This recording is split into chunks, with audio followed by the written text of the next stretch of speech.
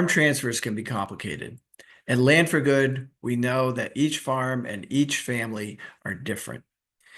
They each have different needs and a different timeline.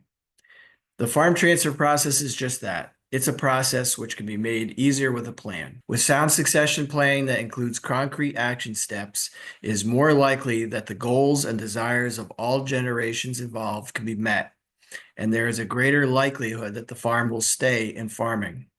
Farmers who have recently gone through or are going through the farm transfer process have shared their successes and challenges. My name is Eugenie Doyle, and I am the co-owner of Last Resort Farm in Moncton, Vermont. That's in northeast Addison County. It's a 265-acre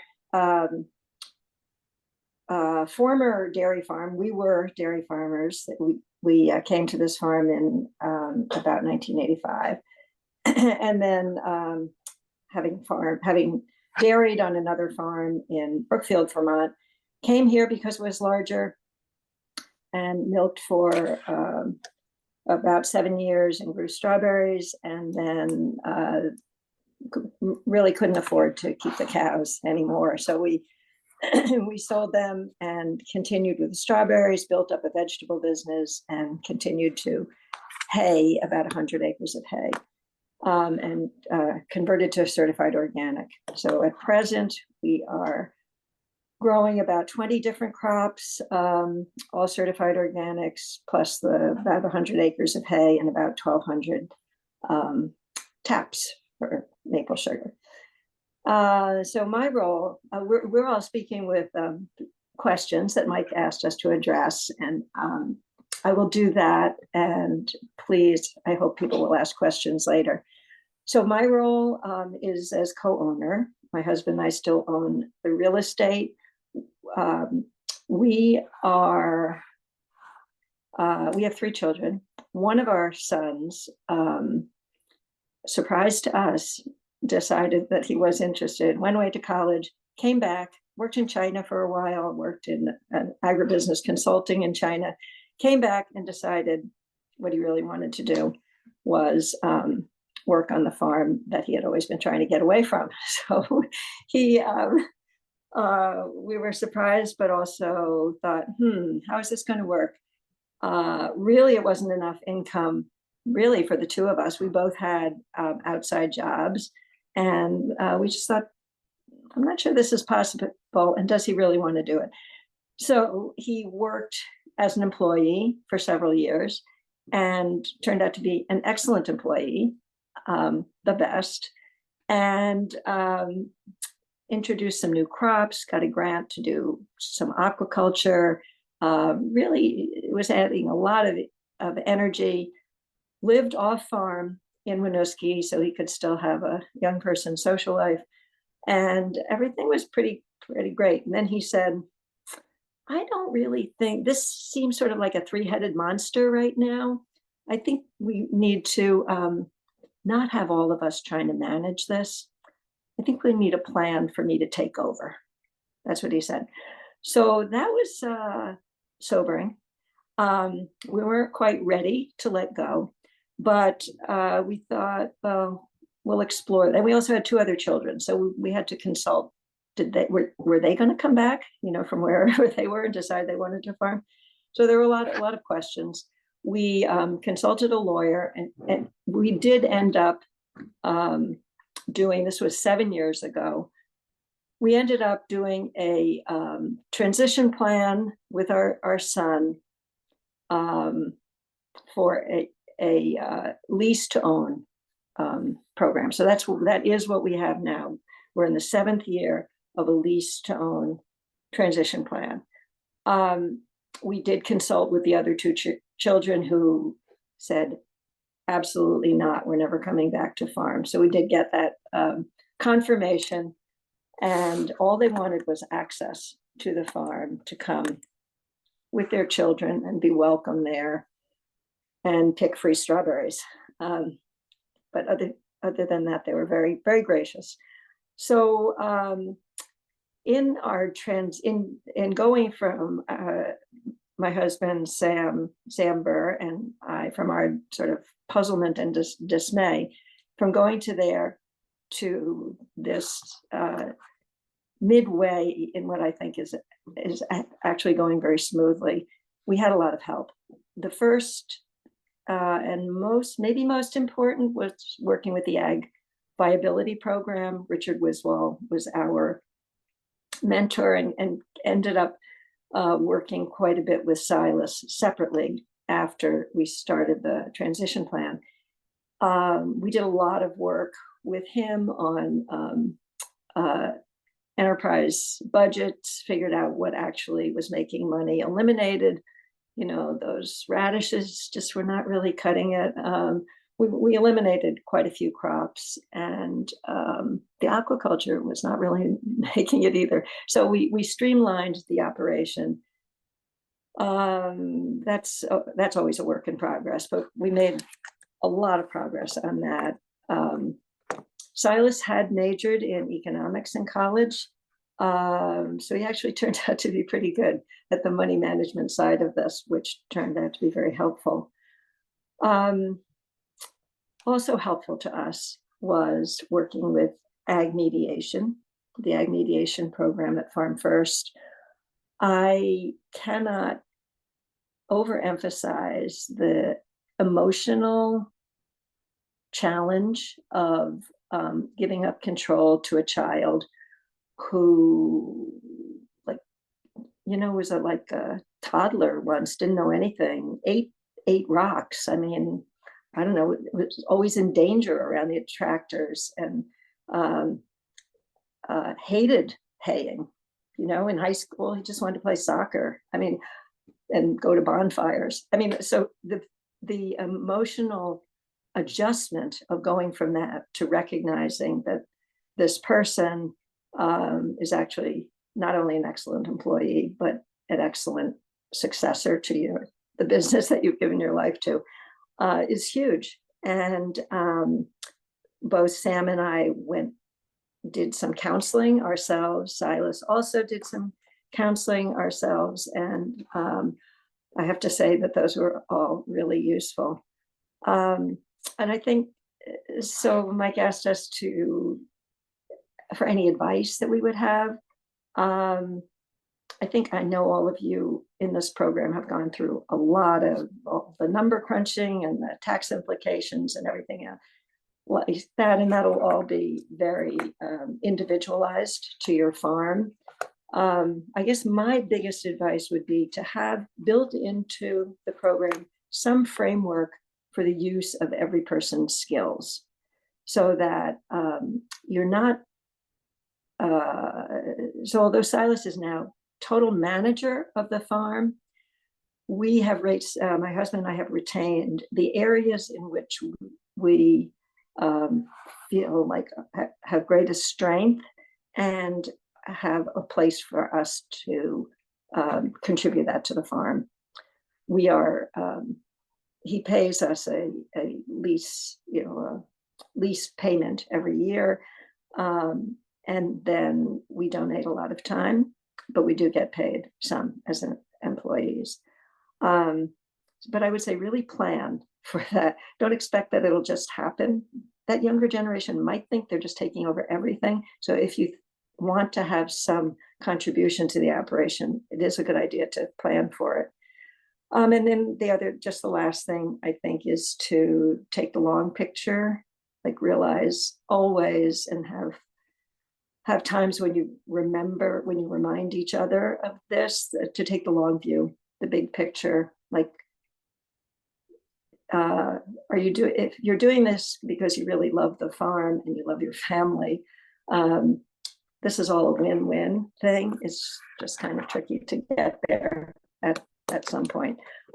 Contacting Farm First is always a good idea. I am now a peer, what do you call them, mentor there. So I'm always happy to talk to people with in transition situations. Okay. I'm Pauline Stevens, so I'm the second generation owner at Golden Russet Farm.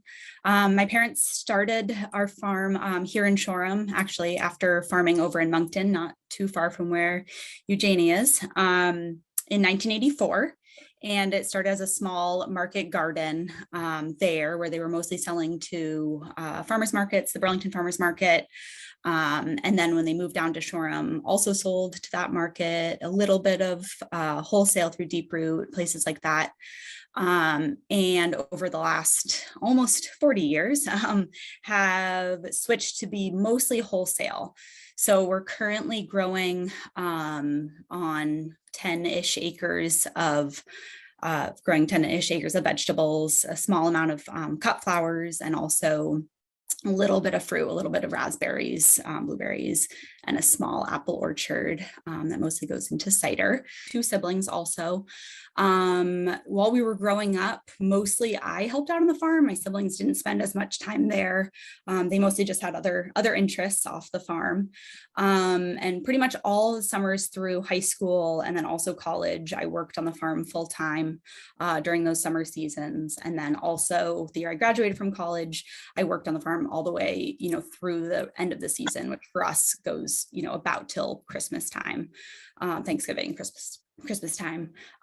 So at that point, I was realizing, I got to figure out what I'm going to do this winter. And I ended up getting a job with a nonprofit, unrelated to the farm. It was an environmental nonprofit. And I got a job there and thinking it was just going to be kind of for the winter. It was a temp position. And I ended up staying with it for about 6 years, having conversations with my parents about, what their timeline was looking like. At that point, they were, getting towards 60, and we're just starting to kind of realize they couldn't do it forever. So in March of 2018 is when I came back to the farm. So this will be my 6th season back, which is kind of crazy. So I came back definitely with the intention of taking it over, even though I hadn't been, there's a lot of unknowns because I hadn't been there for the last 6 or 7 years. And right at that time was when we started working with Mike and starting to talk about the farm transition, which, has been super helpful. At that point, I definitely was just coming on as an employee and definitely helped. We never really had official farm manager, crew managers or anything like that. So I definitely kind of took on that role unofficially. Maybe really probably in my 2nd season back. And the intention was for about 4 years, I was going to kind of stay in that role, with the 5th year being when I would really take on more. And so that was last year. So 2022 was my first year of really taking over ownership of the business as an entity. So I started my own LLC about exactly a year ago. It was last February. And last year had, I think, a total of maybe 8 or 9 employees, which is kind of crazy, but had a really awesome crew. It was great. My dad actually also took a new job off the farm around that same time, just before that time. So that was kind of one reason for kind of a quick transition with that. And so he now works fully, he works from home, but he's not at the farm available that much. And my mom did work part-time as an employee of the farm last year.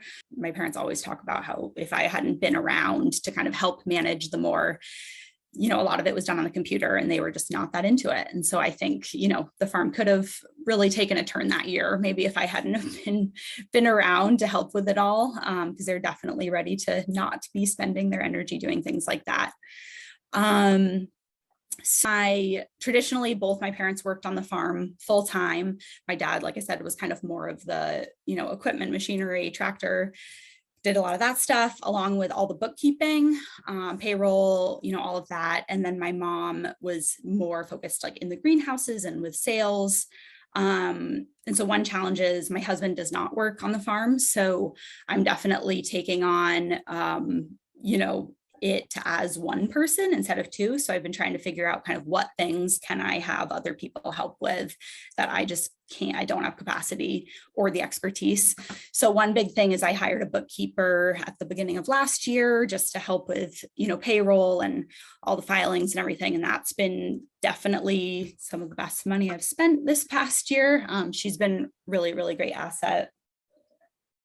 It was hard to prioritize having conversations about farm transition. And, for us, we really have to like schedule it in and be like, okay, we're all going to sit down and like talk about this at this time, or else it just won't happen because there's so much going on in the day to day for ourselves as individuals and the business. And we like each other and want to have fun together and not always talk about the farm. So there's also that side of it.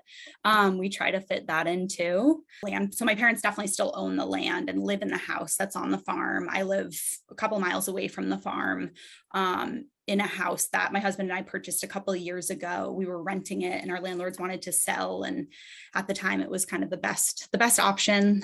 Thankfully, interest rates were low then. So that was in our favor for sure.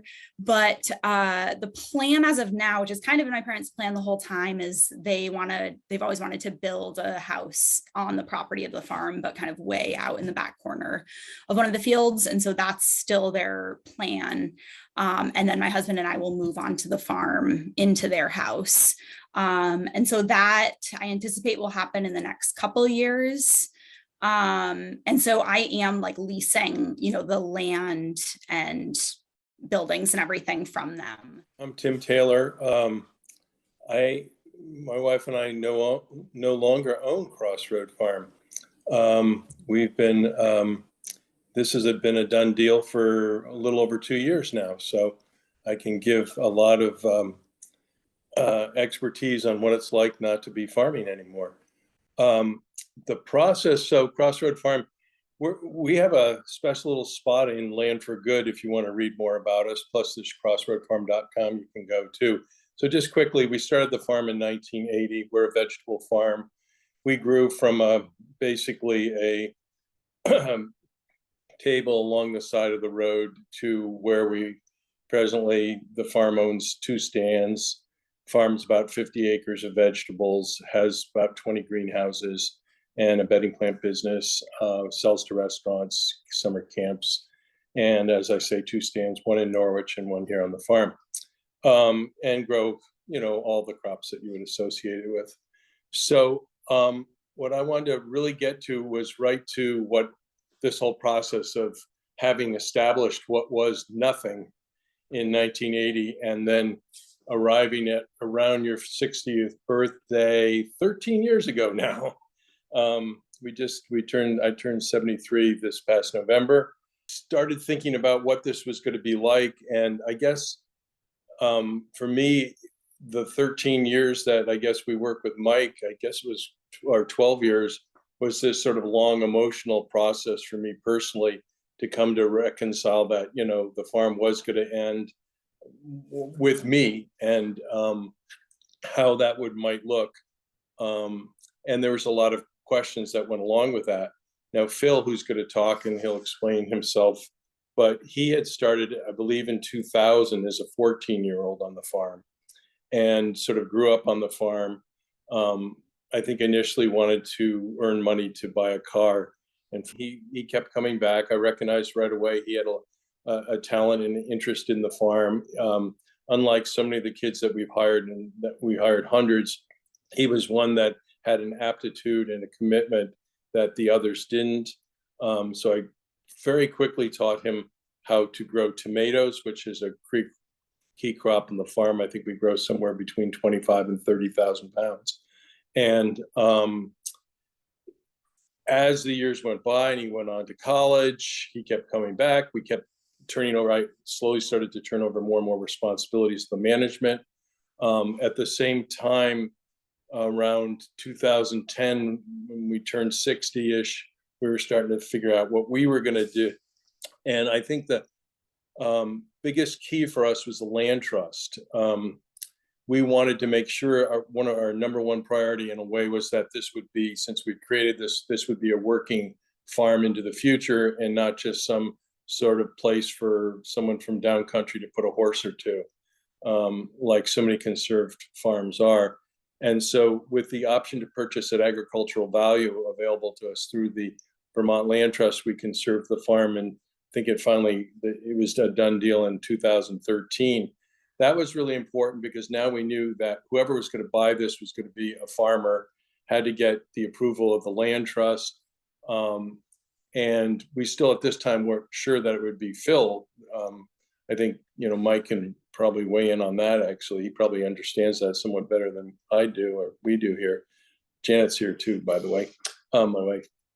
Anyhow, but that gave us a really nice big chunk of change, which we actually ended up investing in a piece of property in New Hampshire up in Sugar Hill. So we were thinking actually maybe building our retirement home and moving away from the farm. But as my wife always said, all I ever talked about was how we were only an hour from the farm. And so that just didn't really seem good, but that money and that land kept going up in value. So that was terrific. So eventually we sold it all. And the next key thing that happened was in 2017, an opportunity to buy Killdeer Farm Stand in Norwich came along. And Phil suggested we do that.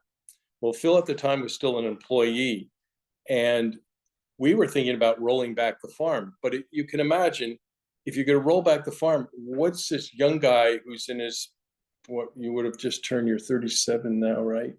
So this would have been like your 30-ish.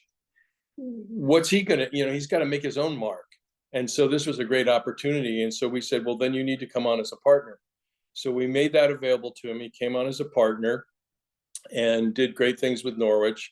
That was like an incredible turnaround for us, because it changed our mixture of wholesale and retail dramatically to mostly retail. And then COVID came along, which was, thank God we'd done it, because now everyone wanted to go to small little vegetable stands and no one wanted to go to a restaurant. So that was very lucky. And he did a great job with that. Meanwhile, turning over more and more management of the farm, backing out a little more. And then the real next big issue that always bugged me was financially how this would work. And I think you've been getting more and more accurate information about how that works. And by the way, I do my own taxes, and we've done the sale as an installment sale, and I do my own. So if anyone has questions, I'm not certified or anything, but I can at least let you know what I do anyway. And after around 2022, right, Phil, that's when it happened, right? Yeah, 2022. We'd had a COVID, we'd come out of COVID, we'd had a couple of great years. We'd kind of looked at maybe bringing in a partner. Janet was stepping back at that time. And it all just sort of seemed like it was time to do it. And when we looked at how we were going to do it, the government was going to get involved, and all those low interest loans and all those applications and new appraisals and all that. And after consulting with lawyers and real estate people, and Mike too, actually Mike is very prominent in how much he thought the farm was worth and all that. We put all the numbers together, and then I just made an offer to Phil basically said, we'll take back the mortgage, and these are the numbers and what we want. And oh, by the way, a key to that was Phil and I had become partners at 50-50, but we were leasing the farm from Tim and Janet, the owners of the land. And that just spun my head around economically, if you think about it. Plus, the payment was something that Phil, if he we could make the payment somewhat similar, then he could actually own the farm, be building up all that equity and paying us instead of just doing it all as rent, if you follow that. So and interest rates were starting to climb, so we needed to move fast. So we were able to pull it off at the end of July of 2022. Janet kept working on the farm some part-time. I worked pretty much full-time that whole year. I worked pretty much full-time in 2023. And this past year, 2024, I had my first spring after doing a little of the planning. where I wasn't on a tractor. And it was really interesting and really a lot of fun. So throughout the whole process was respect, I think, between the parties, turning over the responsibility gradually. I think that was key. A lot of luck in some cases. But I think respect, the mutual respect back and forth was really pretty key to this whole thing. And Mike's help. I always will credit Mike with about 50% of this anyway, or more. Your help and part of the land trust was pretty key. And then Phil being who he is was also key, because he's a good communicator and very thoughtful person, very respectful person. So I don't know that I have to add a whole lot. We all knew that our kids weren't going to be a big piece of it pretty early on. So that made it pretty clear too. And then we all just had to figure out Tim's a planner. Tim's always been a planner. Yeah, I'm a better planner than a farmer in a lot of ways, I think. But I'd also watched a few of the older farmers kind of struggle towards the end and whatnot, and flopping away and trying to figure out what was going on. And a few things happened along the way that made me think about that too. Tim and Janet often talk about how they grew into the farm as they obviously demonstrated with that narrative. I mean, starting in 1980 with farming a half an acre and selling off a roadside card table, and then me having to come in and buy the whole farm and manage 20 greenhouses and 48 acres of production. And I just finished sending out our W-2s this week, and we sent out 50 for last year, so for the fiscal year 2024. So I mean, jumping right to the challenges, I mean, that certainly has been a challenge for me, and that I think that for folks being able to grow into a business, I think that there's something to be said for that. But corollary to that, I mean, I started working here when I was 14, and I certainly knew what I was getting into. And I think that just strictly the amount of time that I have spent here over the years, I'm only 38 now. So, yeah, I mean, well over half my life I've spent, every single summer here, which is kind of remarkable. At the time when Tim and Janet first started working with Mike, and I remember some early meetings with Mike. At that time, I was in my mid-20s, and I remember the prospect of like having, it was very obvious to me that a purchase or an involvement in the partnership in any way was going to involve, taking on debt. And at the time, it just, someone in their mid-20s, sort of the prospect of that just seemed like totally ludicrous at the time. Why would I want to do that? I'm making money as is. I'm going to have to take a pay cut and borrow and pay interest. And so at that time, it was, to take any big jumps was out of the question from my perspective. One thing that happened as Tim and Janet started to sort of, give me more and more responsibility, at the same time that they were in their early, turned around 60 and wanting to step back some, was that I took on management of our wholesale business. And that was probably in the 2014, 2015 timeframe. So right about the time that Tim and Janet started working with Mike. And that was really important to just give me something. They still own the business. I wasn't a partner, but it allowed me some autonomy and some realm of the farming operation that I could really kind of consider my own. And I took a lot of pride in building that, and it was very quantifiable too. It's one of the things like on QuickBooks and at any moment, because we invoice, immediately, you can go on there and run a report and see what your wholesale sales are, and you can so easily compare it to years past. And I remember so specifically that was like, something that was so important that I could think of my own and really work over the course of a number of years to build that part of a business. So I think in that, just relative to farm transitions in general, I mean, when there's employees that folks really want to stick around, and it may be too early for them to be involved in a transition or a partnership, but to have them have some sort of autonomy that they can think of their own, and have a part of their business that's theirs. I think it's really important, and that was really important for me. I Shortly after that, when the opportunity to buy the Norwich farm stand came around, I remember that was a big nudge from Tim and Janet. It wasn't exactly like a quid pro quo, like if they were going to support the purchase of the stand, I needed to become a partnership, but it was the two went together in a way that I think it did end up working out. I think what's more too is that we, relative to the cost of relative to sort of the whole picture, and I'll get to that in a second, of the business and the real property. I think what worked out really well for us was that I was able to enter the business, as a 1/3 owner without having to address the real property at all.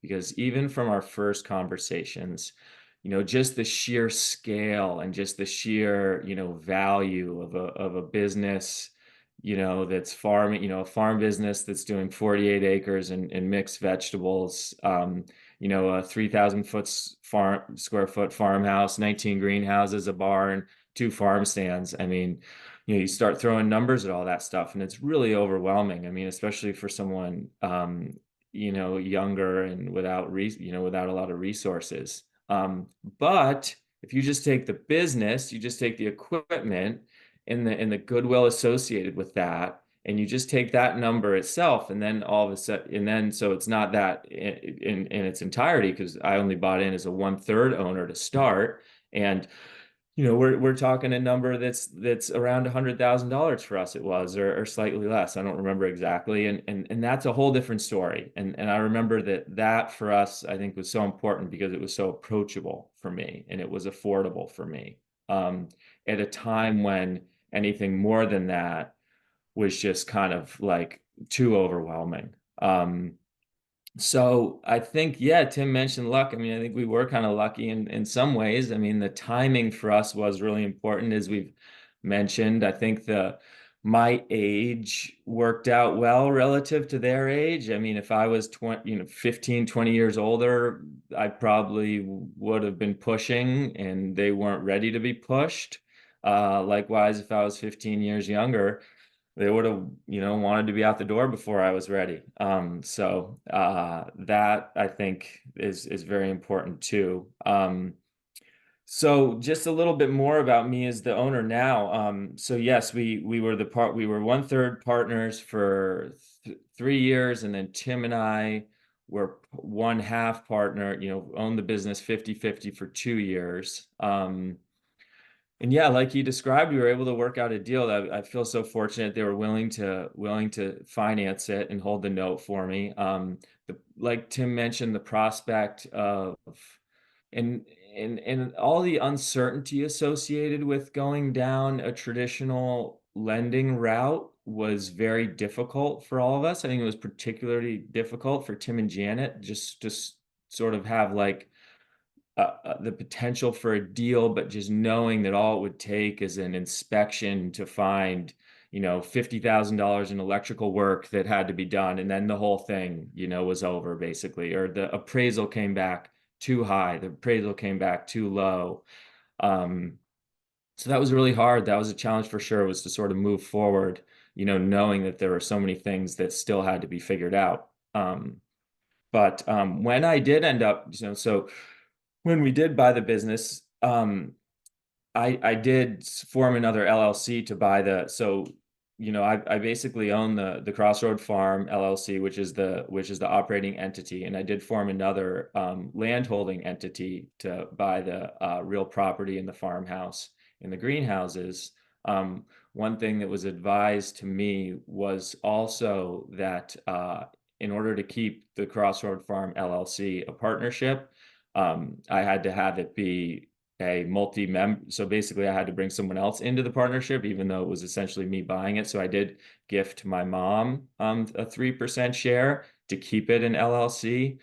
I'm sure you covered this in the tax part of it, but a single member LLC is a disregarded entity. So it just becomes a sole proprietorship. And in our case, that would have meant a new federal EIN number and basically having to start from scratch with all of our banking and accounting and all of this credit reports that we established over the years with all of our vendors.